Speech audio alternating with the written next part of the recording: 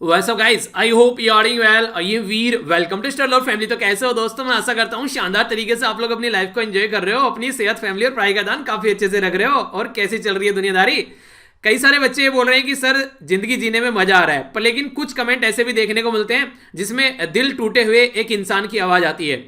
देखिए ये काफी अच्छी बात यहां पर बोली गई है। दो तरीके होते हैं, अगर आप लोगों का ब्रेकअप हो गया है, लाइफ में कोई छोड़ के चला गया है, कुछ ऐसी चीजें देखने को मिली है, तो उसका सबसे शानदार तरीका ये होता है कि अपनी जिंदगी को किसी एक मुकाम के पीछे झोंक दो, अपने गोल के पीछे झोंक दो, ताकि हर एक वो इंसान जिसने तुम्हारे ऊपर उंगली उठाई थी, हर एक वो इंसान जिसने बोला था कि तुम ये काम नहीं कर पाओगे, हर एक इंसान जिसने तुम्हारी बेइज्जती की थी पूछ करके क्या कर रहे हो और तुम कुछ नहीं कर पाओगे, ऐसे ही माँ बाप के पैसे बर्बाद करते रहोगे, हर एक इंसान के मुंह से जवाब एक तरीके से आवाज निकलनी बंद हो जानी चाहिए जब तुम सिलेक्शन लेकर अपने एरिया में पहुंचो कि हाँ ये था। वो भी बोले कि नहीं यार, फिर वो वाली आवाज आएगी निकल कर, मुझे पता था तू एक दिन बहुत कुछ अच्छा करेगा तो 3 डेट वाला डायलॉग निकल के आएगा फिर। तो ये चीजें आप लोग को अंडरस्टैंड करनी है। तो यहां पर वही बोला गया, जो तुझे छोड़कर गया है वह भी एक दिन पछताएगा, सब्र रख, तेरी कदर उसे वक्त बताएगा। तो वक्त एक ऐसी चीज है जो टाइम पर हर एक इंसान को सही जगह पहुंचा देता है अगर वो उसके साथ चलता है, पर लेकिन इसका अपोजिट भी उतना ही सच है। अगर कोई इस वक्त को बर्बाद करता है तो वक्त उसको इस तरीके से बर्बाद करता है कि वो जिंदगी में कभी उठने लायक नहीं रहता है। तो अब आप लोग अपनी कैटेगरी कौन सी रखना चाहते हैं? आप लोग वक्त के साथ में चलना है या फिर वक्त को बर्बाद करना है? तो वक्त को बर्बाद करने का तो टाइम हालांकि चला गया है, अब टाइम ज्यादा नहीं है। अगर अब वक्त को बर्बाद करोगे तो अपने आप बर्बाद होकर बैठोगे। तो इसलिए जितना इफेक्टिवली टाइम को यूटिलाइज कर सकते हो उतना इफेक्टिवली यूटिलाइज करो, ताकि जिस भी एग्जाम की आप लोग तैयारी कर रहे हैं वो एग्जाम आप लोगों के सामने घुटने टेक दे। तो ये को एक तरीके से आप लोग बोल सकते हैं कि हर एक इंसान जो कि एग्जाम के नीचे दबकर मर जाता है वो इंसान कभी भी पनप नहीं पाता है। तो अगर आप लोग रियलिटी में चाहते हैं कि आप लोग के सामने एग्जाम घुटने टेके तो उस लेवल की आप लोगों को तैयारी भी करनी पड़ेगी, क्योंकि बहुत लोग लगे पड़े हैं। अगर आप लोगों को लगता है आप लोगों ने कहीं जरा सी भी गलती की, एक नंबर से भी आप लोग चूके, तो इसका मतलब यह कि 1 साल का खामियाजा आप लोगों को भुगतना पड़ सकता है। तो इसलिए इतनी प्रैक्टिस करो कि लगने लगे कि हाँ कॉपी में से जो इंक है वो दूसरी साइड में निकल जाए, पेज में से होगा, यानी कि पूरी कॉपी जो है धड़ाधड़ भर डालो एक तरीके से कि प्रैक्टिस इतनी अच्छी हो जानी चाहिए कि रूम पर बैठकर ये लगेगी पेपर वाला बिल्कुल जो माहौल बना हुआ है। ऐसे नहीं है कि पता चला पेपर देने में मजा नहीं आ रहा है, बस ऐसे टाइम पास करें। तो वो सारी चीजों से आप लोगों को बचना है। एक ये काफी कई सारे बच्चों के द्वारा कंफ्यूजन था यहाँ पर, तो ये कंफ्यूजन थोड़ा देख लेते हैं। ये अभी 2020 का डेटा है, कई सारे डेटा आप लोगों को दूसरे नजर आएंगे। ऑल ओवर वर्ल्ड में, पूरी दुनिया में सबसे ज्यादा बोले जाने वाली लैंग्वेज कौन सी है? तो सबसे ऊपर चल रही है इंग्लिश, दूसरे नंबर पर है यहाँ पर मंदारिन, जिसको आप लोग चाइनीज लैंग्वेज भी बोलते हैं। तो ये दूसरे नंबर पर आपको पता है कि वर्ल्ड में अगर आज के डेट में देखिए सबसे ज्यादा पॉपुलस कंट्री चाइना है, तो इसलिए यहां पर चाइनीज लैंग्वेज है। तीसरे नंबर पर अपनी हिंदी आ चुकी है, और चौथे नंबर पर स्पेनिश, पांचवें पर फ्रेंच, छठे पर अरेबिक, और सातवें पर ये काफी इंटरेस्टिंग है, ठीक है, सातवें नंबर पर अपनी बंगाली आती है। तो ये क्वेश्चन आप लोगों से एग्जाम में बन सकता है। ये जो डेटा है ये लेटेस्ट डेटा है अभी 2020 का, जो कि यहां पर आप लोगों के सामने है, ठीक है। तो ये कुछ इंपॉर्टेंट जो चीज है ये आप लोग जरूर याद रखिएगा। और जो क्वेश्चन की वीडियो के लिए चिल्ला रहे हैं, तो देखिए इस साल नहीं, अगले साल नहीं, किसी भी साल क्वेश्चन की वीडियो नहीं आएगी जब तक मॉर्निंग में जो बोला है वो पूरा नहीं करोगे। और बोला क्या था? आप लोगों ने बोला था कि मॉर्निंग में 20,000 लोग उठेंगे, ठीक है। मैंने इसको 4 से डिवाइड कर दिया, मैंने बोला 5,000 ही उठ जाओ। अभी आप लोग डिसाइड कर लीजिए क्या करना है, मुझे कोई दिक्कत नहीं है। अगर आप लोगों को नहीं लगता है चीजें सीरियस हैं आप लोगों के लिए, तो फिर मैं क्यों यहां पर इसके लिए परेशान हूं? आप लोगों को खुद उसमें इंटरेस्ट नहीं आ रहा है चीज को करने में, तो मैं सोच रहा हूँ आगे चल के अब थोड़ा जो मेंस के लिए काम स्टार्ट करते हैं, फिर अपना प्रीलिम्स के लिए लग रहा है कि सबकी तैयारी अच्छी हो चुकी है, तो मेंस के क्वेश्चन डिस्कस करने स्टार्ट कर देंगे। क्या जा रहा है, चलिए जो भी आप लोग एंजॉय करते रहिए। जब इंजॉयमेंट खत्म हो जाए तो मॉर्निंग में उठ जाना और पढ़ाई कर लेना स्टार्ट, तो फिर देख लेंगे जैसे भी चीजें चलनी है आगे लेके। और ज्यादा अगर और ज्यादा इस तरीके से अगर ज्यादा परेशान ना होगे कि हाँ क्या करना है, फिर से 11 बजे हो जाएगी वीडियो, फिर एंजॉय करते रहना, फिर उठ जाना 5-5, 6-6 हज़ार। शाम तक देखते हैं यार, कम से कम शाम तक 25 से 30 हज़ार लोग नैनो मैगजीन देख रहे हैं। मॉर्निंग में बोला है कि 5 बजे उठ जाओ, जब आप लोगों ने बोला ये मॉर्निंग में करवाई है तो उसको काम को करो ना। फिर मॉर्निंग में मुझे क्यों परेशान कर रहे हैं आप लोग ये वीडियो बनाने के लिए? तो शाम को बनाते हैं इसको, आराम से लेके चलते हैं, एंजॉयमेंट करते हैं, उस तरीके से कर लो। फिर इसको मॉर्निंग में और भी काम रहता है, हिंदू का भी एक तरीके से चीजें रहती हैं, बहुत सारी चीजें और भी देखनी पड़ती हैं, ठीक है। तो फिर यहाँ पर और भी मतलब कई सारी चीजें पड़ जाती हैं, तो उस तरीके से आप लोग चीजों को एंजॉय कर रहे हो आज के डेट में। तो ये इसके लिए पूरा रात तक काफी लंबे समय तक लगा रहना पड़ता है कई बार मुझे, तो इसकी वजह से फिर मॉर्निंग में उठने में थोड़ी लेट होती है। उसकी वजह से फिर जो द हिंदू की वीडियो है वो फिर लेट आती है थोड़ी सी, तो इसलिए तो 11 बजे लेकर आ रखी थी। तो मॉर्निंग में आप लोगों के लिए ही की थी ये वीडियो, और आप लोग ही उठ ही नहीं रहे उसके लिए, इसको लेकर, इसीलिए 4 बजे से 5 बजे कर दी। इससे अच्छा तो 4 बजे थी। सोच रहा हूँ कि 4 बजे वाला जो टाइम है ये मुझे लग रहा है कि अगर ठीक ठीक मौसम रहा तो देखते हैं इस जनवरी और कंप्लीट करते हैं इसको। अगर नहीं लगा तो फिर फरवरी के 1 फरवरी से, मैं सोच रहा था फरवरी कंप्लीट कर दूंगा पर लग नहीं रहा है, 1 फरवरी से लगभग इसको 4 बजे लेकर आते हैं। ठीक है, जिसको उठना होगा उठेगा, जिसको नहीं उठना है कम से कम जो अपना टाइम टेबल फॉलो कर रहा था 4 बजे वाला फालतू में, उनके भी साथ में बेचारों की दिक्कत कर दी। चलिए जो भी है एंजॉय करते रहिए। नेशनल रोड सेफ्टी वीक के बारे में बात की जा रही है, तो यहाँ पर 32वां जो नेशनल रोड सेफ्टी वीक है यहाँ पर उसकी थीम क्या है ये आप लोगों को बताना है। यूएसए के एडमिनिस्ट्रेशन को लेकर बड़ा ही मजा आता है, एक पर्टिकुलर वीजा को लेकर इसके साथ में खेलते रहते हैं ये। तो फिर से इसके अंदर अमेंडमेंट किया जा रहा है खुद से, जिसके चलते जिनको हाई वेज मिलती है, जिनको स्किल्ड लेबर फोर्स है, तो जो डिजर्विंग कैंडिडेट है तो उन्हीं को यहाँ पर ये वीजा मिलेगा। जो डिजर्विंग कैंडिडेट है उसी को पोस्ट मिलेगी, बिल्कुल ऐसे ही जैसे सिलेक्शन उसी का होगा जिसने मेहनत की है। और जो सीरियस कैंडिडेट है, वरना दुनिया तो बहुत आती है इधर से उधर टाइम पास करने के लिए दुनिया फिरती है, पर लेकिन जो रियलिटी में सीरियस है उन्हीं के लिए काम किया जाएगा, यहां पर ऐसा बोला जा रहा है। इंडियन रेलवे के बारे में अगर आप लोग बात करते हैं तो न्यू ईयर पे गिफ्ट इनके द्वारा दिया गया, जो स्पीड है वो 130 किलोमीटर यहां पर मैक्सिमम कर दिया बढ़ाकर। जो यहां पर GQD, ये GQGD क्या है यहाँ पर, ये जो रूट है इसको आप लोग को बताना है। नेक्स्ट बात की जा रही है यहाँ पर एक पर्टिकुलर फेस्टिवल के बारे में, जिसको चेरी ब्लॉसम मॉव फेस्टिवल के नाम से यहां पर जानते हैं। ये सेनापति जो डिस्ट्रिक्ट है यहां पर, ये कहां पर लोकेटेड है जिसमें ये सेलिब्रेट किया जाता है, तो ये नॉर्थ ईस्ट का एक राज्य है, इतना बता देता हूं। अब कौन सा राज्य है वो आप लोगों को बताना है, ठीक है। इसी के साथ में जो माओ एरिया है यहां पर, जो सेनापति डिस्ट्रिक्ट के अंदर यहां पर ये पर्टिकुलर जो यहां पर फेस्टिवल सेलिब्रेट किया जाता है, तो यहां पर भी राज्य का नाम आएगा। इसको जापान में पॉपुलरली प्लांट जो है एक नाम से पुकारा जाता है, वो नाम क्या है जिसको जापान में इस नाम से पुकारा जाता है, चेरी ब्लॉसम, ठीक है। तो जापान में क्या नाम है ये आप लोगों को बताना है। इंडिया कौन सी कंट्री के साथ में मिलकर बायलैटरल कोऑपरेशन कर रही है? देखिए कई सारे टर्म आप लोगों ने सुना होगा, यूनिलेटरल, बायलैटरल, इसी के साथ में मल्टीलेटरल। तो ये होते क्या क्या हैं, तो इसके बारे में आप लोगों को पता होना चाहिए। तो जब वीडियो डिस्कस करूंगा यहाँ पर ये न्यूज, उस टाइम पर मैं आप लोगों को इसके बारे में बताऊंगा। इसी के साथ में अगर बात करें, हमारी जो गैलेक्सी है उसको बोलते हैं मिल्की वे। इसमें एक ब्लैक होल है, तो ये जो ब्लैक होल है उसका नाम आप लोगों को बताना है, ठीक है। ये लगभग 26,000 लाइट ईयर दूर है हमारी पृथ्वी से। तो लाइट ईयर जो है ये डिस्टेंस की यूनिट होती है। तो ये भी आप लोगों से कई बार पूछा गया है, कितने किलोमीटर होते हैं एक लाइट ईयर में, वो आप लोग तब तक अटेम्प्ट कीजिए, फिर मैं आप लोगों को बताता हूं। देखिए कितना इंटरेस्टिंग है। वैसे कई बार पहले भी डिस्कस कर चुका हूं, मेंस में क्वेश्चन पूछा गया कि जो रिवर इंटरलिंकिंग प्रोजेक्ट है उसके बारे में आप लोगों से क्वेश्चन पूछा गया। तो केन बेतवा प्रोजेक्ट जो है, ये केन है मध्य प्रदेश के अंदर और बेतवा है उत्तर प्रदेश के अंदर, इसको मिलाकर यहां पर जो ड्रोथ प्रोन एरिया है जहां पर ज्यादा सूखा देखने को मिलता है, एक पर्टिकुलर एरिया, इसका नाम आप लोगों को बताना है। ये दो राज्य के अंदर आप लोगों को देखने को मिलेगा, कई सारे डिस्ट्रिक्ट के अंदर, जिसमें पानी पहुंचाने की कोशिश की जा रही है। तो इसका नाम आप लोग बताइए, फिर आप लोगों को जब न्यूज बताऊंगा उसके अंदर हम लोग डिस्कस कर लेंगे।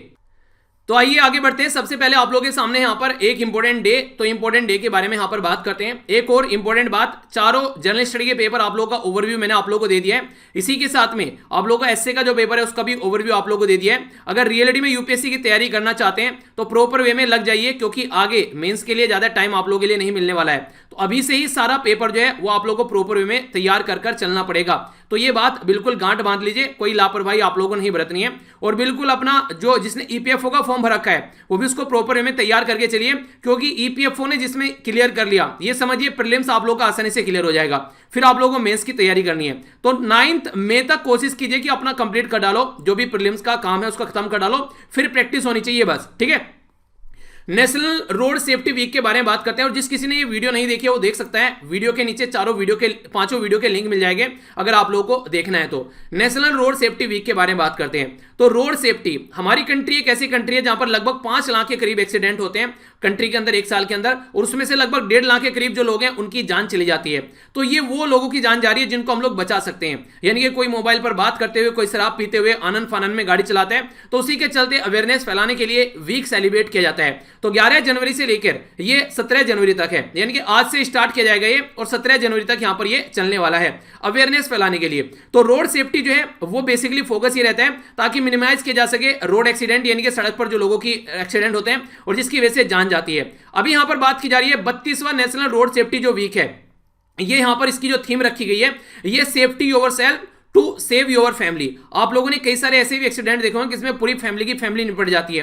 तो ये समझिए जरा सी लापरवाही, जरा सी गलती जो है वो कितना बड़ा कॉस्ट पे करना आप लोगों को पड़ सकता है, जिसकी ताउम्र अगर बच गए तो ताउम्र आप लोगों को उसके बारे में मलाल रहेगा कि यार थोड़ा सा और वहां पर संभल कर चल लेते।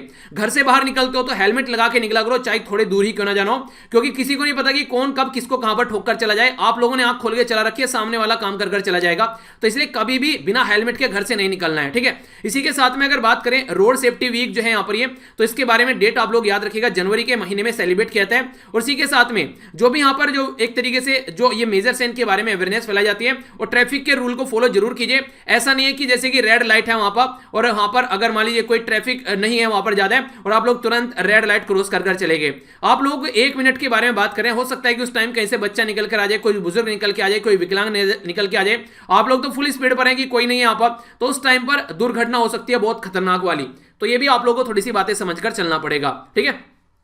तो ये काफी अच्छी बातें हैं। अगर लाइफ में एक अच्छे बच्चे की तरह रहोगे तो ज्यादा बेटर रहेगा, वरना फिर वही बात आएगी 3 इडियट वाला डायलॉग नहीं देखा है 3 इडियट वाला डायलॉग, जब वहां पर उसका जो स्पीच के जो शब्द चेंज कर रहे होते हैं वहां पर वो, तो कहता है कि देखो इधर आओ, तुमको एक बात बताता हूं, तुम्हारी जान खतरे में है कि जब भी रोड क्रॉस करो पहले राइट देखना, फिर लेफ्ट देखना और फिर रोड क्रॉस करना, इससे कभी भी एक्सीडेंट नहीं होगा। तो वो वाला काम हो जाएगा फिर वरना, ठीक है आइए बात करते हैं इंटरनेशनल न्यूज के बारे में। इंटरनेशनल न्यूज जो है वो काफी इंटरेस्टिंग है। यहाँ पर एक इंसान का दिमाग खराब हो रखा है, जाते जाते भी मरता क्या ना करता, पूरे जोर लगा रहा है, पता नहीं क्या क्या करेगा। H1B वीजा के बारे में बात की जा रही है, बार बार इसके नॉर्म्स चेंज करता है। वो चाहता है कि कोई भी, खासकर हमारी कंट्री में बहुत सारे लोगों को H1B वीजा मिलता है, तो कोई भी इंडियन जो है यहाँ पर एंट्री ना कर सके, अगर करे तो वो करे जो कि ज्यादा से ज्यादा टैक्स पे कर सकता है। तो यूएसए के एडमिनिस्ट्रेशन के द्वारा फिर से अमेंडमेंट कर दिया गया H1B वीजा के नॉर्म्स के अंदर में, और इसमें यहाँ पर जो स्किल्ड और जो वेज है, जो हाई स्किल्ड और हाई वेज वाले बंदों को प्रायोरिटी दी जाएगी, जो डिजर्विंग कैंडिडेट है। ये पहले लॉटरी सिस्टम हुआ करता था, यानी कि जिसने भर दिया फॉर्म यहाँ पर इसका, फिर लॉटरी की तरीके से निकाला जाएगा, जिसका हाथ में आ गया यहाँ पर नंबर, हाँ इसका फॉर्म हाथ में आ गया तो भैया उसको दे दो। तो लॉटरी वाला सिस्टम तो यहाँ पर काम कर ही नहीं रहा है, तो अब इसके ऊपर भी फोकस किया जा रहा है। तो यहाँ पर एक तरीके से न्यू जो वेज बेस यहाँ पर वीजा जो रिजीम है, ये प्रायोरिटी देगा सिलेक्शन जो प्रोसीजर के अंदर में। तो इसके चलते जो एक तरीके से जो प्रेफर किया जा रहा है, वेज जिसकी ज्यादा होगी, मतलब 2 बंदे हैं, एक की वेज ज्यादा है एक की कम है, तो ज्यादा वेज वाला यहाँ पर जीत जाएगा, उसको यहाँ पर बेसिकली रहने के लिए वीजा मिलेगा ये। इसी के साथ में यहाँ पर 65,000 रेगुलर वीजा और लगभग 20,000 जो एडवांस डिग्री एग्जाम्प्ट वीजा है, तो यहाँ पर इनके लिए यहाँ पर आने वाले टाइम में काम आने वाला है। इंटरेस्टिंग बात ये नहीं थी, इंटरेस्टिंग बात ये है, आप लोगों से डायरेक्ट पूछा जाएगा कि ये वीजा जो है ये किस किस के लिए यहाँ पर होते हैं, तो इनको थोड़ा सा ध्यान से सुनिएगा, डायरेक्ट क्वेश्चन मैच करने के लिए भी आ सकते हैं एग्जाम के अंदर में। H1B वीजा जो होता है स्किल्ड लेबर फोर्स के लिए होता है यहाँ पर, ये नॉर्मली यूएसए के अंदर जो प्रोवाइड कराया जाता है। H2B वीजा क्या रहता है यहाँ पर, ये सीजनल वर्कर के लिए रहता है यहाँ पर नॉर्मली, जो कि नॉर्मली जो सीजन चलता है तो उसमें अगर कोई वर्कर काम करना है, जैसे खेती में क्या गेहूं कटाई भैया सीजनल आ गया, ईंख वगैरह छोड़ना है तो सीजन आ गया, तो इस तरीके से आप लोग देखते हैं। तो इसी तरीके से जैसे कि बर्फ पड़ रहा है, चलो कुल्लू मनाली वगैरह एरिया में घूमकर आते हैं, ठीक है, तो यहां पर बर्फ देखने को मिलेगा, तो इस तरीके से तो सीजन आ गया। तो इस तरीके से जो सीजनल हॉस्पिटैलिटी जो इंडस्ट्री है उसमें ये H2B वीजा देखने को मिलता है। L1 वीजा जो रहता है ये इंट्रा कंपनी ट्रांसफर है। अगर मान लीजिए कोई गूगल में काम करता है इंडिया के ऑफिस में और उसको ट्रांसफर करना है यूएसए के ऑफिस में, तो ये इंट्रा कंपनी, एक तरीके से कंपनी के अंदर ही ट्रांसफर आप लोगों को यहाँ पर देखने को मिल रहा है, ठीक है, यानी कंपनी से बाहर बात नहीं चल रही है। तो इंट्रा, ये टर्म भी मैंने आप लोगों से डिस्कस किया था ना डिस्कशन के टाइम पर, तो इंट्रा और इंटर में डिफरेंस पता होना चाहिए। अच्छा बताइए डिफरेंस क्या है इंट्रा और इंटर के अंदर, थोड़ा सा रिविजन भी कर लीजिए। J1 वीजा क्या होता है, काफी इंटरेस्टिंग वीजा है, ये स्टूडेंट्स के लिए होता है, खासकर जो स्टूडेंट वहां पढ़ने जाते हैं तो इतना नहीं होता है सिस्टम कि वहां पर पढ़ाई का खर्चा निकाल सके, तो थोड़ा सा काम भी कर लेते हैं साथ साथ में, तो यहां पर ये वर्क स्टडी वीजा होता है खासकर, ठीक है। इसी के साथ में ये H4 वीजा काफी इंपॉर्टेंट है। जो H1B वीजा होते हैं उसके जो बच्चे जो वाइफ होते हैं जो इसके ऊपर डिपेंडेंट होते हैं H1B वीजा वाले के, तो उनको H4 वीजा दिया जाता है। तो डायरेक्ट क्वेश्चन बन जाएगा यहाँ पर, H4 वीजा जो है H1B के जो डिपेंडेंट है उनके लिए है यहाँ पर ये, ठीक है। तो ये सारी चीजें यहाँ पर ये, तो कंट्री में यहाँ पर एक तरीके से चेक किया जा रहा है किस तरीके से जो यहाँ पर खासकर जो आज की डेट में मान लीजिए अगर सेम पर्सन है यहाँ पर, एक तरीके से एक इंटरेस्टिंग बात और बोली गई है, इसको समझिएगा। अगर बाहर से कोई पर्सन आ रहा है यूएसए के अंदर काम करने के लिए और अपनी ही कंट्री में उस सेम कॉस्ट पर कोई पर्सन अवेलेबल है, तो यहां पर अपनी कंट्री के वर्कर को प्रेफरेंस दिया जाएगा। तो ये भी बात यहां पर है, ठीक है। तो ये भी एक इंपॉर्टेंट बात है जो कि आप लोग यहां पर याद रखिएगा। ऐसे भी आप लोगों से चीजें यहां पर देखने को मिलेगी। तो देखते हैं क्या करता है ये इंसान, आगे चलते हैं। नेक्स्ट इंपोर्टेंट जो न्यूज है यहाँ पर ये वाटर के बारे में। आग तो लगाई दी है पूरी कंट्री में, बाकी अब देखते हैं क्या क्या और करके जाता है। यहाँ पर ये काफी इंटरेस्टिंग न्यूज है, जल शक्ति मंत्रालय की साइड से ये न्यूज निकल कर आ रही है। इनके द्वारा बोला गया जो Ken Betwa interlinking river project है उसको रिव्यू किया जाएगा। केन बेतवा जो इंटरलिंकिंग रिवर जो प्रोजेक्ट है, ये दो राज्य में आप लोगों को देखने को मिलेगा। एक है उत्तर प्रदेश और दूसरा है मध्य प्रदेश। तो मध्य प्रदेश और उत्तर प्रदेश के बीच में ये एग्रीमेंट है कि मिलकर हम लोग क्या करेंगे, जो बुंदेलखंड वाला रीजन है जहां पर काफी ड्रोथ यानी कि सूखा रहता है, उसमें पानी पहुंचाएंगे। तो दो रिवर है यहाँ पर। जो केन रिवर है वो कहां की है, जो केन रिवर है वो मध्य प्रदेश की है। जो बेतवा रिवर है वो कहां की है, जो बेतवा रिवर है वो उत्तर प्रदेश की है। तो यहां पर आप लोग देखिए, जो यहां पर ये जो रिवर है ये हो गई यहां पर बेतवा रिवर, जो कि उत्तर प्रदेश से आप लोग यहां पर देखने को मिल रही है। और यहां पर ये देखिए, ये आगे भी यहां पर आप लोगों को नजर आती हुई आ रही है। ठीक है, केन रिवर कहां पर हो गई, ये हो गई यहां पर केन रिवर। तो इनको यहां पर बेसिकली ऐड कर यहां पर ये फोकस कर रहे हैं कि आगे आने वाले टाइम में यहां पर बुंदेलखंड रीजन में प्रॉपर वे में पानी की व्यवस्था प्रोवाइड कराई जा सके।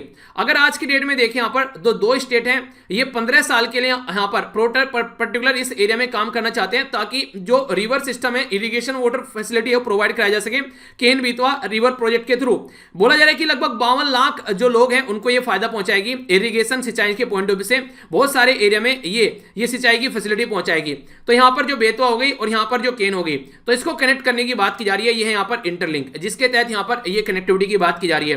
तो ये ऐसा नहीं है कि ये एक प्रोजेक्ट है, ऐसे हमारी कंट्री में 31 रिवर को इंटरलिंक करने की बात की जा रही है। क्या आप लोगों के राज्य में भी कोई इंटरलिंकिंग प्रोजेक्ट है? अगर हाँ, तो उसके बारे में पढ़कर जाइएगा, डायरेक्ट क्वेश्चन पूछा जा सकता है इंटरव्यू के अंदर में। तो केन बेतवा जो रिवर है यहां पर, ये तो बेसिकली ऐसे 31 प्रोजेक्ट हो रहे हैं, और ये यहां पर पहला ऐसा प्रोजेक्ट है जो कि काफी एडवांस लेवल पर पहुंच गया है, यानी कि इंप्लीमेंट होने के काफी अच्छी कगार पर है ये। तो इसलिए ये काफी ज्यादा न्यूज में रहता है। तो दोनों रिवर के बारे में याद रखिएगा। केन हो गई किसकी, केन हो गई यहां पर, ये बेसिकली जो केन हो गई मध्य प्रदेश की, और जो बेतवा हो गई उत्तर प्रदेश की। तो ये भी कुछ बातें हैं जो कंफ्यूजन नहीं होना चाहिए, माइंड में क्लियर होनी चाहिए। नेक्स्ट जो इंपॉर्टेंट न्यूज है यहाँ पर, ये बात करिए साइंस और टेक्नोलॉजी के बारे में। और हाँ, एक और इंटरेस्टिंग बात यहाँ पर एक बच्चे के द्वारा पूछी गई, ये मुझे लगता है स्टार्टिंग में आप लोगों को बतानी पड़ा करेगी। उनके द्वारा बोला गया कि सर ये जो पीआईबी है और जो ये नैनो मैगजीन है, ये अलग अलग वीडियो है क्या? पीआईबी, नैनो मैगजीन, या फिर जो मैं बोलता हूँ ना यहाँ पर, ये सारा आप लोगों को डिस्कशन करना है। तो मुझे लगता है कि स्टार्टिंग में एक इंट्रोडक्टरी ये थोड़ी स्लाइड लगानी पड़ेगी, क्योंकि कई सारे बच्चे जो हैं वो नया वीडियो देखना स्टार्ट करते हैं। मान लीजिए 1-2 दिन पहले ही देखना स्टार्ट किया, तो ये कंफ्यूजन रहता है। तो मुझे लगता है कि एक इंट्रोडक्टरी चीजें डेली स्टार्टिंग में बताई जाए, ताकि जो भी नए बच्चे देखते हैं उनको कोई कंफ्यूजन देखने को नहीं मिले। ठीक है, तो ये अच्छा लग रहा है। बाकी आप लोग अगर कोई क्वेश्चन पूछा करें तो कई सारे बच्चे आप में से भी रिप्लाई करते हैं, तो अच्छा लगता है जब देखता हूं कि हाँ रिप्लाई कर रखा है। तो ये मुझे अच्छा लगता है, इस तरीके से एक दूसरे को रिप्लाई कर दिया करो। सबसे पहले यहां पर बात की जा रही है ब्लैक होल के बारे में। तो ब्लैक होल एक ह्यूज लेवल का इसके अंदर आप लोगों को देखने को मिलेगा। जो भी इसके आसपास वाले एरिया से गुजरेगा तो ये अपने आप को अट्रैक्ट कर लेता है, इवन लाइट को भी बाहर नहीं जाने देता है। तो एक ऐसा एरिया ये नॉर्मली ब्लैक होल कहलाता है। तो यहां पर बात की जा रही है सुपर मैसिव ब्लैक होल के बारे में, जो कि रिसेंटली अभी यहां पर गायब हो गया है, जो साइंटिस्ट जिसके ऊपर नजर रखे हुए थे। ठीक है, तो यहां पर बोला जा रहा है कि एस्टिमेशन था कि यहां पर 1000 बिलियन टाइम्स ज्यादा बड़ा है, अगर हम लोग अपने सूरज से बात करें। तो रिसेंटली अभी भ्रांति में पड़ गए हैं बहुत सारे एस्ट्रोनॉमर, जो यहां पर खगोल शास्त्री थे, उनको दिखाई नहीं दे रहा है। तो यहां पर जो वर्क करते हैं नॉर्मली नासा के जो साइंटिस्ट हैं वो यहां पर वर्क करते हैं। जैसे हमारी कंट्री में इसरो है, यूएसए के अंदर नासा है, ये इनकी एजेंसी है। तो यहां पर इनके द्वारा इसके ऊपर फोकस किया जा रहा था। तो ब्लैक होल जो था यहां पर, इसको ये देख रहे थे यहां पर, जो चंद्र एक्स रे ऑब्जर्वेटरी है उसके थ्रू यहां पर, और इसी के साथ में जो हब्बल जो स्पेस है टेलीस्कोप, ये भी याद रखना, ये भी इन्हीं की है। ठीक है, क्वेश्चन बाद कई बार पूछ ले जाते हैं, तो इसके ऊपर ये ध्यान दिए हुए थे यहां पर। ब्लैक होल जो है ये suppose to be located in the एबिल, ये 2261। तो यहां पर ये एक पर्टिकुलर गैलेक्सी है यहां पर, जिसका ये नाम अभी आप लोगों को बताया। ये 2.7 बिलियन लाइट ईयर अवे है हमारा जो प्लैनेटरी सिस्टम है, हमारा जो प्लैनेट है उससे। अगर 1 लाइट ईयर के बारे में आप लोगों से बात करूं कि 1 लाइट ईयर कितने किलोमीटर के बराबर होता है, तो 9.4 इंटू 10⁻12 किलोमीटर के बराबर होता है 1 लाइट ईयर। तो क्या हो गया ये भैया, ये हो गई आपकी डिस्टेंस की यूनिट। ठीक है, तो याद रखना लाइट ईयर जो है वो डिस्टेंस की यूनिट है। तो कितनी दूर आप लोग यहां पर देखने को मिल रही है।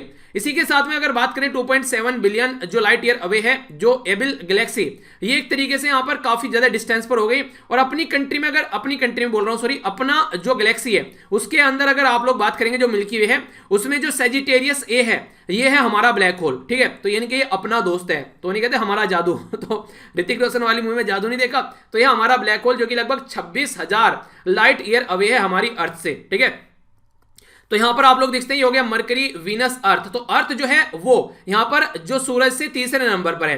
तो अर्थ एक ऐसी जगह है जहां पर नॉर्मली ये माना जाता है कि इंसानों के रहने लायक अच्छा खासा माहौल है।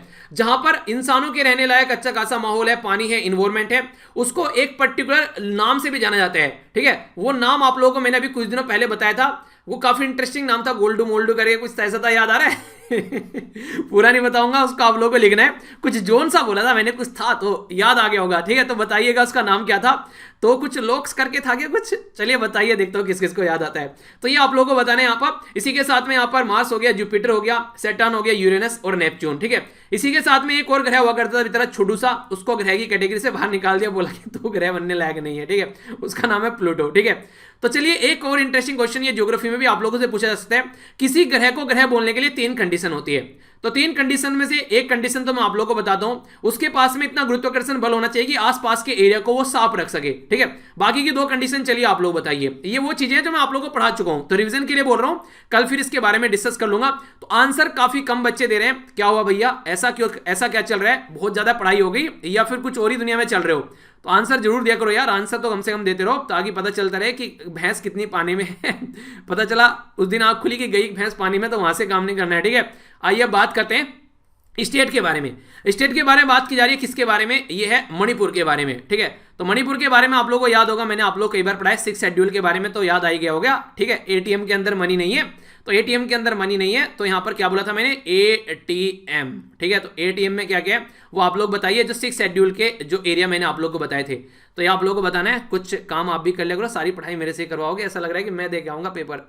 आइए आगे चलते हैं। तो यहां पर बात की जा रही है मणिपुर के बारे में। तो मणिपुर में यहां पर चेरी ब्लॉसम माओ फेस्टिवल जो है वो सेलिब्रेट किया जा रहा है। तो यहां पर कहां पर? सेनापति डिस्ट्रिक्ट के अंदर, ठीक है? तो सेनापति याद रखिएगा, सेनापति कहां हो? डिस्ट्रिक्ट के अंदर, ठीक है? तो यहां पर बात की जा रही है, तो ये स्टार्ट किया जाता है जैसे यहां पर बिगिनिंग होती है सीजन की, यहां पर बेसिकली। तो इसी अंदर जो फेस्टिवल है, यहां पर जो माओ एरिया है सेनापति डिस्ट्रिक्ट मणिपुर के अंदर में, तो अगर इसमें आप लोग बात करेंगे यहां पर, तो ये देखने को मिलेगा चेरी ब्लॉसम, जो बेसिकली काफी सुंदर, आप लोग यहां पर देख भी सकते हैं पिक्चर के अंदर। इसको अगर जापान के अंदर आप लोग जाओगे तो इसको बोला जाता है सकुरा, तो सकुरा, ठीक है? तो सकुरा जापान के अंदर बोला जाता है इसको नॉर्मली। मणिपुर गवर्नमेंट के द्वारा ऑर्गेनाइज करना स्टार्ट किया गया था फेस्टिवल 2017 से, तो ज्यादा पुराना नहीं है, अभी नया नया ये सेलिब्रेट करना स्टार्ट किया है। ये चेरी ब्लॉसम जो है यहाँ पर इसको जेनस प्रूनस के नाम से भी जानते हैं। और इसी के साथ में यहाँ पर जो बात की जा रही है, यहाँ पर ये प्रूनस सेरासोइडिस, ठीक है? तो प्रूनस सेरासोइडिस जो है यहाँ पर ये, अरे हिंदी में भी लिखा हुआ है, ठीक है? प्रूनस सेरासोइडिस जो है यहाँ पर ये आप लोग को देखने को मिलेगा, अलग अलग रीजन से पुकारा जाता है। हिमालय के अंदर चेरी, इंडिया के अंदर अगर बात करेगा इंडियन वाइल्ड चेरी के नाम से भी जानते हैं नॉर्मली। इसी के साथ में सोर चेरी के नाम से भी जानते हैं। इसी के साथ में अगर बात करें इसको, ये यहाँ पर पदाम, ठीक है? तो ये यहां पर इसी के साथ में पाजा, ठीक है? इसी के साथ में यहां पर ये पद्मकष्टा, ठीक है? तो ये अलग अलग नाम से यहां पर पुकारा जाता है। तो इस तरीके से कई सारे शब्द के जो लगता है, एक बच्चे ने बोला कि सर जो टफ से जो शब्द दिखा करें उनका मीनिंग भी लिख दिया करो हिंदी में। तो कोशिश तो करता हूं यार, देखो जितनी हो पाती है, पर लेकिन सारी चीजें करने में और ज्यादा टाइम लगता है। तो जहां जहां पर मुझे लगेगा मैं उनका मीनिंग लिख दिया करूंगा, ठीक है? खासकर ये तो मैंने स्टार्टिंग से ऐड करना स्टार्ट कर दिया। कई सारे बच्चे बोले कि कम से कम पता तो होना चाहिए न्यूज़ किसके बारे में, तो कम से कम वो तो हिंदी में ऐड किया कीजिए। तो मेरे से जितना हो पा रहा है उतनी चीज़ें मैं कर रहा हूँ। तो ये चीज़ें नॉर्मली देखिए, इसके लिए ना अलग से एक बंदा चाहिए, ठीक है? जो कि मुझे बनाकर इसको इंग्लिश की हिंदी में कन्वर्ट करके दे, तब तो काम चलता है चीज़ें। उसके लिए फिर उसको प्रॉपर वे में समझ रहे हो ना, फिर चीज़ें अलग डायरेक्शन में बढ़ जाती है। तो इसलिए जितना मैं कर रहा हूँ उसको एंजॉय करते रहो, ठीक है? आइए अब आगे चलते हैं। मेरे सर में भी दर्द पड़ेगी, पता चला मैं रोज उसको बता रहा हूँ भैया तुझे ऐसा करना था, उसने एक दिन गलत कर रखा है, फिर पता चला मेरा काम और ज़्यादा बढ़ रहा है उसको थामने में। टीम मैनेज करना भी एक, फिर इंसान ना देखिए, या तो देखिए क्या होता है, अगर एक टीम बन जाती है ना, तो फिर कुछ तो काम आसान हो जाते हैं अगर टीम अच्छी है। टीम अगर बिल्कुल अपने हिसाब से काम कर रही है तो फिर मजा आता है काम करने में, ठीक है? तो टीम फिर अच्छी होनी चाहिए। तो फिर अगर अच्छी टीम चाहिए तो फिर वही है कि अच्छे टीम के लोग जो आएंगे तो उनको अच्छे खासी फिर एक तरीके से सैलरी भी चाहिए। ऐसा तो नहीं है कोई अच्छा बंदा आराम से फ्री में अगर काम कर देगा, तो फिर उस लेवल पे फिर सारे काम वो चलने स्टार्ट होते हैं। तो इसीलिए कोशिश यही कर रहा हूं कि जितना मेरे से हो पा रहा है तो मैं कर लेता हूं काम, बाकी तो चलता ही रहेगा, फिर आगे देखा जाएगा। अभी जो है इसको एंजॉय करते रहो और सिलेक्शन लेके निकल लो, इससे पहले कुछ और होने लगे, ठीक है? गोल्डन क्वाड्रिलेटरल के बारे में बात की जा रही है। गोल्डन जो डी यहाँ पर एक तरीके से जो डायगोनल, यानी कि एक तरीके से जो गोल्डन क्वाड्रिलेटरल के बारे में अगर आप लोगों से बात की जाए तो आप लोग यहाँ पर देख सकते हैं, ठीक है? तो यहाँ पर ये जो रूट होता है पूरी कंट्री को जो ऐड करने की बात करता है, खासकर किसको, यह दिल्ली, मुंबई, चेन्नई, कोलकाता, तो इनको ऐड करने की बात करता है। तो इसके ऊपर जो स्पीड है वो बढ़ाने की बात की गई है। तो 130 किलोमीटर लगभग, जो कि यहाँ पर 1280 किलोमीटर है, यहाँ पर इसमें लगभग 1612 किलोमीटर में से इतने पर यहाँ पर इसको बढ़ाने की बात की जा रही है। तो जो गोल्डन क्वाड्रिलेटरल वाला जो रूट है यहाँ पर, ये विजयवाड़ा से लेकर यहाँ पर यह है दुब्बादा, ठीक है, सेक्शन तक यहाँ पर इसको बेसिकली सेक्शन तक छोड़कर बाकी सारे में इसको इंप्लीमेंट करने की बात की जा रही है। तो सिस्टमेटिक वे में यहां पर इसको प्लान किया जाएगा। तो देखते हैं इससे फायदा क्या होगा। देखिए, एक तो टाइम बच जाएगा। अगर मान लीजिए कुछ सामान भी लेकर जाना है एक जगह से दूसरी जगह पर, तो सामान आसानी से पहुंचाया जा सकेगा। तो ये भी एक अच्छी चीज है यहाँ पर। तो स्पीड बढ़ने से फायदे रहते हैं, पर लेकिन यह कि क्या उस लेवल की हम लोग इंफ्रास्ट्रक्चर तैयार कर पा रहे हैं ताकि हम लोग सिस्टमेटिक वे में प्लान तरीके से स्ट्रेंथन कर सकें। तो वो चीजें आप लोगों को अंडरस्टैंड करनी पड़ेंगी।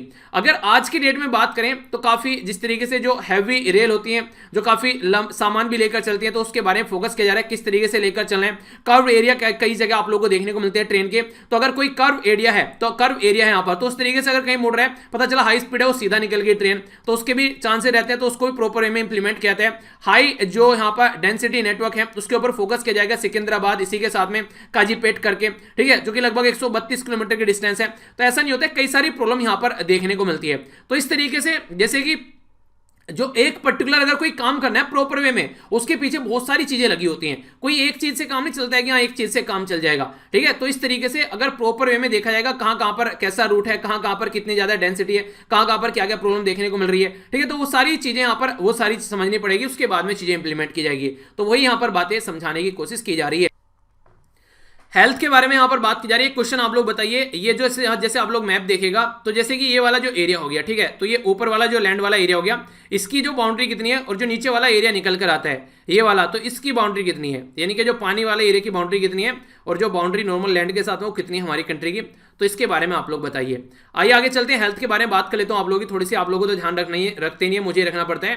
एवियन इन्फ्लुएंजा के बारे में बात की जा रही है। अभी रिसेंटली यहां पर एक टर्म यूज किया गया है, इसको बोलते हैं कुलिंग, ठीक है। इसका मतलब क्या होता है, इसका मतलब ये होता है कि कई सारी जो बीमार एक तरह से बीमारी फैलाने वाले एरिया में कई सारी से मुर्गी हो गई या फिर बत्तखें हो गई, अगर लग रहा है कि यहाँ पर कोई बीमारी फैले तो इकट्ठा कर उनको मार देना, ठीक है। तो ये होता है। तो केरला के अंदर अभी कई सारी ऐसी एक्टिविटी देखने को मिली। अभी हरियाणा के अंदर भी डिसाइड किया गया कि जो पोल्ट्री है जहां पर ऐसा कोई टेस्टेड पॉजिटिव यहाँ पर कोई ऐसा एवियन इन्फ्लुएंजा पाया गया है, तो वहां पर भी इसको इंप्लीमेंट किया जाएगा ताकि ज्यादा ये और न बढ़ सके।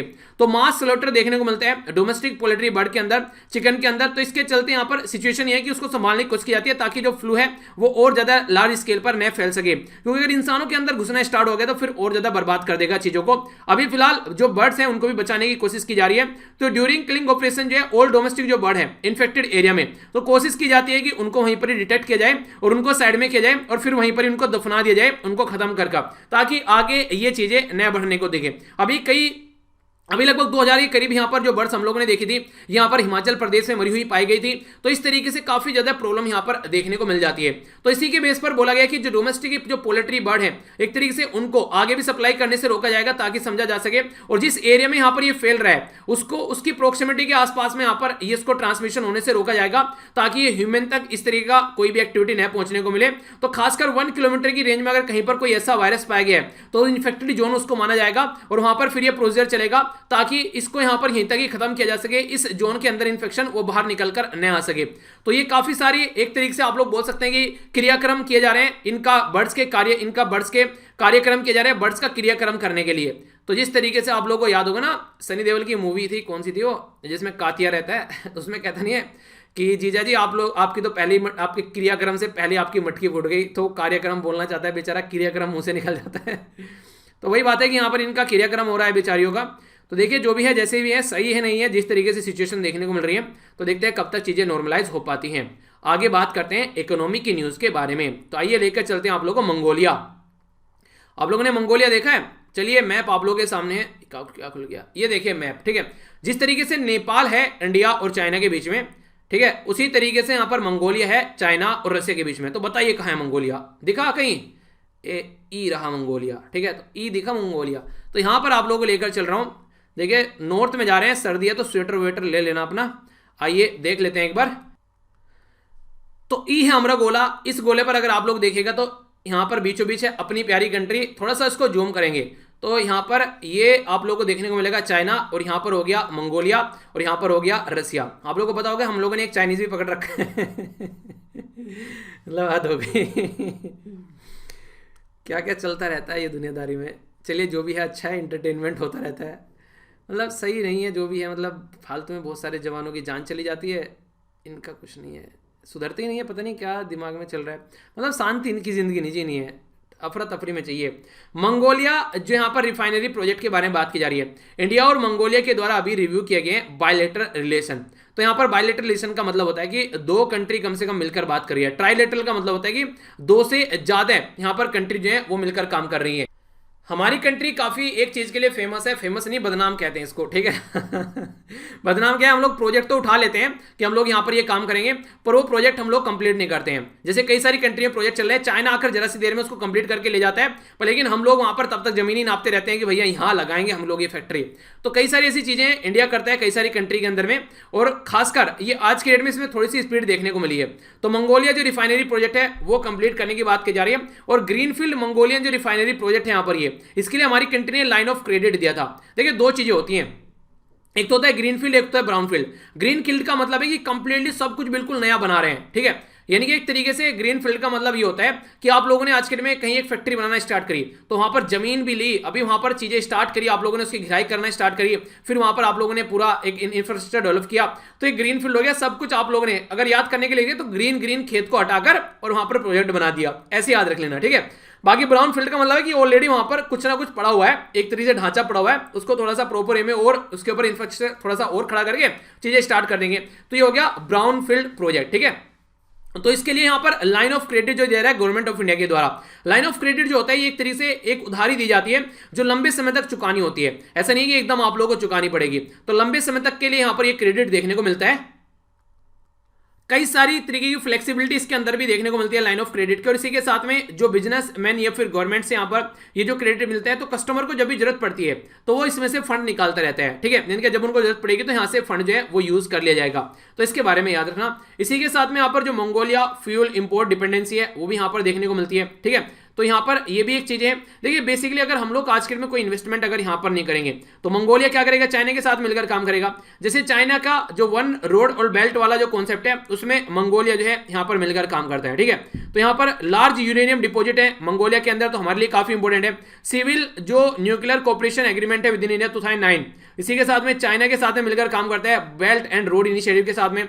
तो हमारी कंट्री क्या करती है, चाइना का जो प्रोजेक्ट है उसके बारे में लोगों को अवेयर कराती है कि road and belt initiative join मत करना चाइना का, ये लूट रहा है। यहां पर जहां पर ये प्रोजेक्ट लगा रहा है वहां पर जाकर इंफ्रास्ट्रक्चर डेवलप कर रहा है, उस कंट्री को लोन दे रहा है, और फिर उसको इतना लोन दे रहा है कि वो अपना लोन देने के लिए भी उसको पैसा देना पड़ेगा वापसी, यानी कि उसको लोन देने के लिए भी लोन चुकाना पड़ेगा। तो ऐसी ऐसी बातें यहां पर करके चल रहा है। तो काफी इंटरेस्टिंग चीजें देखने को मिलती है चाइना का।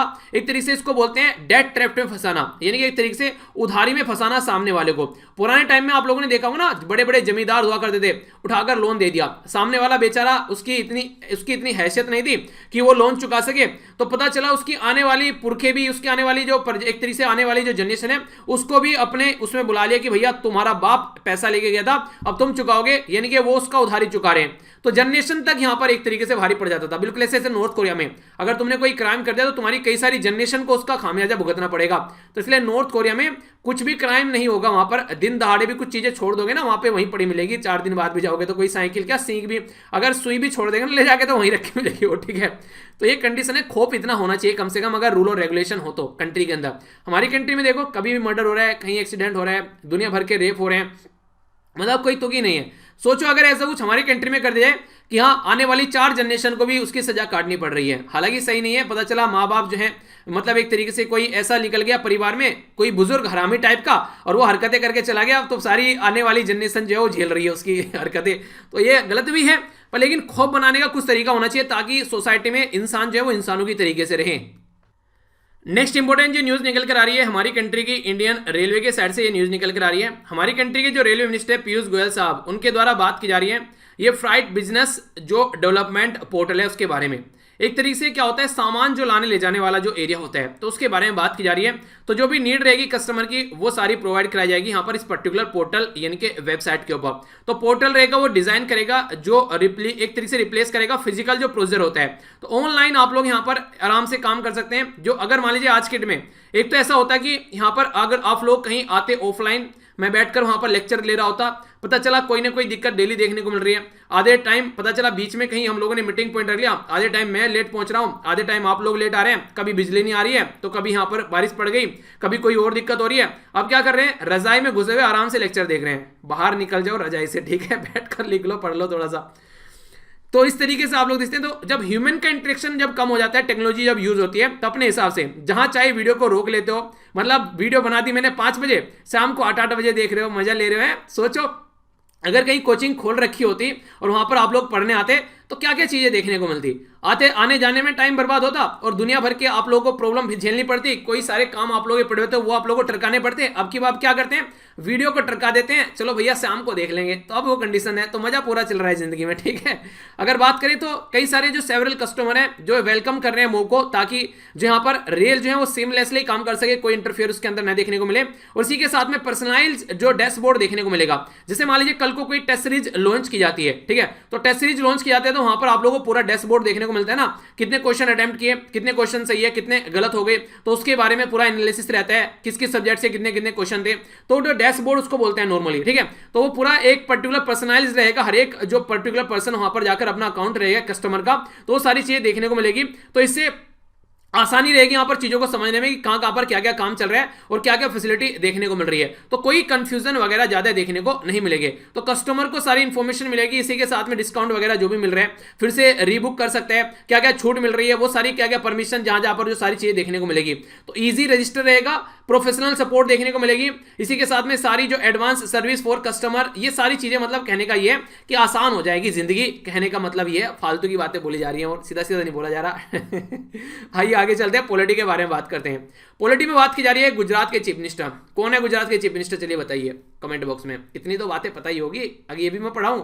गुजरात के चीफ मिनिस्टर साहब के द्वारा बोला गया है यहाँ पर एक पर्टिकुलर, जिसका नाम है यहाँ पर बगसरा। तो बगसरा प्रांत है अमरेली डिस्ट्रिक्ट के अंदर में, ठीक है, अमेठी नहीं है, अमरेली है, ठीक है। तो राहुल गांधी कॉन्स्टिट्यूएंसी में मत पहुंचना, बेचारा वैसे ही हार गया वहां से। तो बात क्या की जा रही है, बात ये की जा रही है आज की डेट में बेसिकली यहाँ पर जो राज्य है वो state revenue service near to the people provide कराएगा यहाँ पर सर्विस फास्टर, यानी कि फास्टर सर्विस यहाँ पर देखने को मिलेगी, खासकर जो बक्सरा प्रांत के अंदर में। तो 26 जनवरी से इसको इंप्लीमेंट किया जा रहा है, इंक्लूडिंग बक्सरा के साथ में यहाँ पर विद्या तालुका में भी इंप्लीमेंट किया जाएगा। तो जो डिस्ट्रिक्ट है यहाँ पर लार्ज जियोग्राफिकल जो एरिया है, खासकर आप लोग यहाँ पर देख सकते हैं इस पर्टिकुलर एरिया की बात की जा रही है। तो इसके चलते यहाँ पर जो तालुका और जो डिस्ट्रिक्ट एडमिनिस्ट्रेशन है वो यहाँ पर इसको इंप्लीमेंट करेंगे, तो रिड्यूस करेगा वर्कलोड जो कि आज के डेट में जो नॉर्मली देखने को मिलते हैं। तो इसके चलते जो स्टेट रेवेन्यू सर्विस है वो यहाँ पर लोगों तक पहुंच जाएगी, तो आसानी रहेगी उनको भी अपनी जिंदगी जीने में। गवर्नमेंट जो है यहाँ पर ऑर्गेनाइज कर रही है कई सारे ऐसे जो यहाँ पर प्रांत है, इसके चलते प्रांत का मतलब ट्रेडिशनल जो नेम यहाँ पर रहता है हिस्टोरिकल रीजन का, जिसको आप लोग बोलते हैं नीली काठियावाड़। तो इसमें भी यहाँ पर काम किया जा रहा है सौराष्ट्र रीजन इन गुजरात के अंदर में, ताकि लोगों तक जो सर्विस है वो अच्छे लेवल पर प्रोवाइड कराई जा सके। आर्ट एंड कल्चर के बारे में बात की जा रही है। 3-4 दिन से ना 4-4 वीडियो रिकॉर्ड करनी पड़ रही है भाई साहब, शाम तक आते आते ना ऐसी खस्ता हालत हो जाती है। मतलब बोल बोल के गला ऐसा हो रखा है। मतलब कई बार तो ऐसा होता है कि लेक्चर रिकॉर्ड करने के बाद में मान लीजिए किसी से बात कर रहा हूँ, घर पे बात कर रहा हूँ, तो बात करने का मन ही नहीं करता है, आवाज़ ही नहीं निकलती है। कहीं पर भी ऐसे बस हाँ सामने वाला बोले जा रहा है, हाँ मैंने कहा कह रहे भाई साहब बोल क्यों नहीं रहे हो। मैंने कहा ऑलरेडी इतना बोल चुका हूँ, बोलने का मन नहीं कर रहा है। कसम से यार 4-4 लेक्चर है ना हालत खराब कर दी 3-4 दिन से। 3 दिन हो गए कॉन्टिन्यूअस 4-4 लेक्चर रिकॉर्ड करते हुए, आज थोड़ी शांति पड़ेगी। मूवमेंट फॉर खादी के बारे में बात की जा रही है। तो यहाँ पर जो बात की जा रही है, ये बात की जा रही है इरीसोल खाड़ी जो खादी साड़ी है या इरीस्टोल जो है, इसके बारे में बात की जा रही है। ये किस पर्टिकुलर जो बेसिकली हमारी कंट्री के अंदर महात्मा गांधी और जो मूवमेंट है खादी को लेकर उसको फोकस देकर चल रहे हैं आसाम गवर्नमेंट के द्वारा, ठीक है। इंटरेस्टिंग चीज क्या देखने को मिली इस न्यूज के अंदर में, इंटरेस्टिंग चीज ये है कि यहाँ पर जो रेशम वगैरह जो यूज किया जाता है, तो सिल्क वोम जो है यहाँ पर वो जो यहाँ पर बेसिकली यूज किया जा रहा है। तो इरी है यहाँ पर ये ड्राइव किया गया एरा से, जिसको बोलते हैं नॉर्मली कैस्टोर, ठीक है। तो यहाँ पर बेसिकली है क्या, ये प्लांट है कैस्टोर प्लांट, जिससे निकाला जाता है। तो यहाँ पर जो ये इसके अंदर से जो सिल्क निकालते हैं, ये फैब्रिक जो होता है, इसमें से जो इसके अंदर जो जानवर रहता है वो इसको छोड़कर चला जाता है। ये प्रोसीजर ये होता है कि उसमें मारते नहीं है उसको, ठीक है। तो प्रोसीजर में जो सिल्क है, इसीलिए इसको अहिंसा सिल्क के नाम से भी जानते हैं, यानी कि जो कीड़ा है वो इसको छोड़कर चला जाता है कंप्लीटली। यहां पर ऐसा नहीं है कि आप लोग उसको मारकर इसका सिल्क यूज करोगे, ठीक है। तो इस तरीके से है। तो यहां पर ये काफी अच्छे से जैसे ऐसे नहीं कि मधुमक्खी का जो सत्ता है उससे शहद निकालते हैं, तो ऐसा थोड़ा ना मधुमक्खियों को मार के शहद निकालते हैं। तो यहां पर उसको क्या करते हैं, उसके आगे आप लोग बेसिकली धुआं कर देते हैं, उसके धुआं कर देते हैं, वो उड़ जाती है, फिर आप लोग शहद निकाल लेते हैं। आखिर मुझे ऐसे क्यों पता है, मेरे दादाजी किया करते थे हरकतें। मतलब हद है। अब मुझे याद है लास्ट टाइम भी उनका ऑपरेशन हुआ था और ऑपरेशन होने के 10-15 दिनों के अंदर अंदर मतलब चढ़ गए सहतूत के पेड़ पर और शहद निकाल रहे हैं। मैंने कहा ये देखो, इसको कहते हैं दमदार इंसान। पहले के लोगों में दम हुआ करता था, ये तो मानना पड़ेगा। आज भी मेरे पास में वो शहद की शीशी रखी हुई है जिसमें शहद है वो, हालांकि उसका रंग जो है वो थोड़ा सा डार्क हो गया है। चलिए सही है, ये थी आज की कुछ न्यूज़। आई होप कि आप लोगों ने इन सबको एंजॉय किया होगा। तो इंजॉयमेंट में लेक्चर तो यार खत्म हो गया। आइए देख लेते हैं क्या क्या हम लोगों ने डिस्कस किया है। इससे पहले थोड़ा सा आप लोग को ये क्वेश्चन के आंसर भी देख लेते हैं, ठीक है। दो कैसे लग गए है, चलिए। दो हैं यहाँ पर आकांक्षा के द्वारा आंसर दिए गए हैं और ये हैं यहाँ पर सरोज के द्वारा आंसर दिए गए हैं, ठीक है। तो दोनों के द्वारा काफ़ी अच्छे से आंसर दिए गए हैं। तो यहाँ पर नोबेल पीस प्राइज के बारे में बात की थी तो वर्ल्ड फूड प्रोग्राम को ये दिया गया है। मोस्ट स्पोकन लैंग्वेज के बारे में हम लोगों ने डिस्कस कर लिया। इनके द्वारा जो यहाँ पर ये लगाया गया है, ये जो इन्फॉर्मेशन यहाँ पर मुझे थोड़ा सा डाउटफुल लग रही है, तो मैंने आप लोगों को जो दिखाई थी ये याद रखना, ये 2020 का डेटा है, ठीक है। तो इसके बारे में आप लोग याद रखना। WTO के पहले यहाँ पर आप लोगों को general agreement on trade and tariff, ये आप लोगों को देखने को मिला।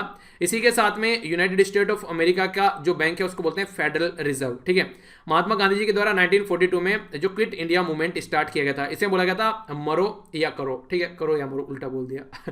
तो अभी वही बात आ गई है, करो या मरो, अब जान लगा दो यार, ठीक है ना। घर वाले बहुत परेशान हो रहे हैं आपको लेके, इतने सारे दिनों से इंतजार कर रहे हैं। अब उनको थोड़े से अच्छे दिन दिखा दो। मोदी जी तो दिखाए या ना दिखाए, पर आप तो दिखा दो कम से कम घर वालों को। नेशनल रोड सेफ्टी वीक के बारे में बात की गई तो डिटेल में हम लोगों ने समझा। H1B वीज़ा के बारे में डिटेल में समझा। इसी के साथ में गोल्डन जो ये क्वाड्रिलेटरल जो जोन वाला है इसके बारे में जाना डिटेल में। स्टेट न्यूज़ में हम लोगों ने यहाँ पर ये आप लोगों को मैं मणिपुर घुमा के लेके आया हूँ। इकोनॉमी के बारे में मंगोलिया के बारे में जाना, तो कई सारी चीज़ें आप लोगों को यहाँ पर देखने को मिली। साइंस के अंदर हम लोगों ने यहाँ पर देखा ब्लैक होल के बारे में, तो ये सारी चीज़ें आप लोगों को देखने को मिली। हेल्थ के अंदर मुर्गी मरवा दी यार बहुत सारी आप लोगों ने।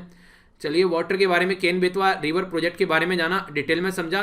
इसी के साथ में रेल से जो ढुलाई का सामान के बारे में बात किया, क्या क्या सामान ढोना जा रहा है यहाँ से, उसमें क्या क्या चेंज किया जा रहा है। इसी के साथ में हम लोगों ने बक्सरा प्रांत के बारे में जाना। इसी के साथ में आर्ट एंड कल्चर में लास्ट में हम लोगों ने ये सब चीज़ें देखी, जिसमें हम लोगों ने सिल्क के बारे में बात की, ठीक है। तो याद रखना इसके बारे में। आइए अब देख लेते हैं आज का क्वेश्चन क्विज, यानी कि बात की जा रही है यहाँ पर आप लोगों को बताना है थीम क्या है इसकी, ठीक है। नेशनल रोड सेफ्टी वीक की। इसी के साथ में यूएसए के जो एडमिनिस्ट्रेशन है उसके एक वीज़ा काफ़ी ज़्यादा न्यूज़ में, GQGD क्या है। इसी के साथ में चेरी ब्लूसम माओ फेस्टिवल के बारे में बात की गई, तो आप लोगों को यहाँ पर बताना है कि कहाँ पर ये सेलिब्रेट किया जाता है, जापान में किस नाम से पुकारा जाता है। इंडिया और कौन सी कंट्री यहाँ पर हाइड्रोकार्बन स्टील सेक्टर में काम कर रही है। मिल्की वे के अंदर जो ब्लैक होल है उसका नाम क्या है। इसी के साथ में जो केन बेतवा जो प्रोजेक्ट है वो किस एरिया में फायदा पहुंचाने की कोशिश कर रहे हैं, ठीक है। तो ये आप लोगों को बताना है। अच्छा, कल का आप लोगों ने द हिंदू का डिस्कशन देखा है क्या? जिस किसी ने नहीं देखा है वो जरूर देखेगा। काफी इंटरेस्टिंग वे में रिजर्वेशन के बारे में वहां पर बात की गई है। और दूसरा आर्टिकल जो डिस्कस किया है कतर के रिलेशन के बारे में मैंने डिस्कस किया था। डायरेक्ट क्वेश्चन बन जाते हैं एग्जाम में, फिर बोलते हो कहां से आ गया, तो इसलिए कोताही नहीं बरतनी है। और अब क्वेश्चन का डिस्कशन देखने के बाद में तो आप लोगों को लगना भी नहीं चाहिए कि कोताही बरतनी चाहिए, तो इसलिए अच्छे से पढ़ाई करो, ठीक है। आगे बात करते हैं, यहाँ पर बात की जा रही है वर्ल्ड हिंदी दिवस के बारे में। हम लोगों ने बात की थी कौन सी प्राइम मिनिस्टर थे और कब से इसको स्टार्ट किया गया। और नेशनल हिंदी दिवस के बारे में बात की थी, कौन सा आर्टिकल है जिसमें ऑटोनोमस स्टेट के बारे में बात की जा रही है विद इन द आसाम। कौन से 4 राज्य हैं जो मैंने आप लोगों से ऑलरेडी पूछा था, फिर से आ गया क्वेश्चन। WTO के बारे में बात की थी, तो यहाँ पर आप लोगों को बताना है ये बेसिकली ट्रेड पॉलिसी रिव्यू, ठीक है। तो यहाँ पर वर्ल्ड ट्रेड ऑर्गेनाइजेशन में तो कहाँ पर ये देखने को मिली। इसी के साथ में जो फूड प्राइस इंडेक्स किसके द्वारा इंट्रोड्यूस किया गया था 1996 में, 75 रुपए के कॉइन के बारे में हम लोगों ने बात की थी, जो कि कौन सी एनिवर्सरी सेलिब्रेट करा था, FAO की, यानी कि फूड एंड एग्रीकल्चर ऑर्गेनाइजेशन, जो कि 16 अक्टूबर के टाइम पे हमारी कंट्री में लॉन्च किया गया था। किसके द्वारा यहाँ पर ये पेमेंट इंफ्रास्ट्रक्चर डेवलपमेंट फंड की बात की गई थी। तो क्वेश्चन है, अच्छे से अटेम्प्ट कीजिए, अभी इनके आंसर बताऊंगा ताकि आप लोग लंबे समय तक याद रख पाए। तो प्राइम मिनिस्टर इंदिरा गांधी जी के बारे में बात की जा रही है। जनवरी 10 2006 से हम लोगों ने इसको सेलिब्रेट किया था स्टार्ट, और फर्स्ट टाइम यहाँ पर 1975 में देखने को मिला था। सितंबर 14 नेशनल हिंदी दिवस सेलिब्रेट किया था, और ये वर्ल्ड हिंदी डे के बारे में। आर्टिकल 244A के बारे में हम लोगों ने बात की थी। तो ऑटोनोमस एरिया अगर बनाना है आसाम के अंदर तो ये आर्टिकल काम करेगा। आसाम, मेघालय, त्रिपुरा और मिजोरम, ठीक है। तो ये है शेड्यूल 6 के अंदर, ठीक है। याद रखना अरुणाचल प्रदेश नहीं है, कंफ्यूज मत होना, ठीक है। बात करते हैं स्विट्जरलैंड, जो यहाँ पर जेनेवा है स्विट्जरलैंड के अंदर WTO की मीटिंग देखने को मिली, जिसमें इंडिया को रिव्यू करने की बात की जा रही है। फूड एंड एग्रीकल्चर ऑर्गेनाइजेशन के बारे में बात की तो 1996, ठीक है, तो इसमें इंट्रोड्यूस किया गया था ये। इसी के साथ में FAQ, ठीक है, तो FAO food and agriculture organisation की 75वीं एनिवर्सरी, तो 75 रुपए का कॉइन था यहाँ पर। रिजर्व बैंक ऑफ इंडिया के द्वारा पब्लिश किया जाता है पेमेंट इंफ्रास्ट्रक्चर डेवलपमेंट फंड। तो ये था आज का डिस्कशन। मैं आशा करता हूं कि आप लोगों ने एंजॉय किया होगा। तीनों लेक्चर के पांचों लेक्चर हो गए ना, एक एसए का और 4 जनरल स्टडी के, सारे लिंक वीडियो के नीचे मिल जाएंगे। एंजॉय करते रहिए। इसी के साथ में या फिर एक प्लेलिस्ट प्रोवाइड करा दूंगा उसमें सारे लेक्चर हैं, तो जाकर देख लेना। बाकी मेरे साथ में कनेक्ट यहाँ पर भी रह सकते हैं, लिंक सारे वीडियो के नीचे हैं। एंजॉय करते रहिए, अपना ध्यान रखिए, अपने परिवार का ध्यान रखिए। फीडबैक तो दे दिया करो यार, कम से कम एंजॉय तो कर लेते हो पर लेकिन फीडबैक देकर नहीं जाते हो। डिसलाइक करो लेक्चर को अगर पसंद नहीं आ रहा तो कम से कम, ठीक है। नेक्स्ट लेक्चर में मिलता हूँ, तब तक के लिए बड़ों का नमस्ते, छोटों का प्यार, छोटी सी लाइफ एंजॉय करो यार। तब तक के लिए जय हिंद। कुछ ज्यादा ही मस्ती में आ गया आज तो ठीक है, बाय यार, टेक केयर।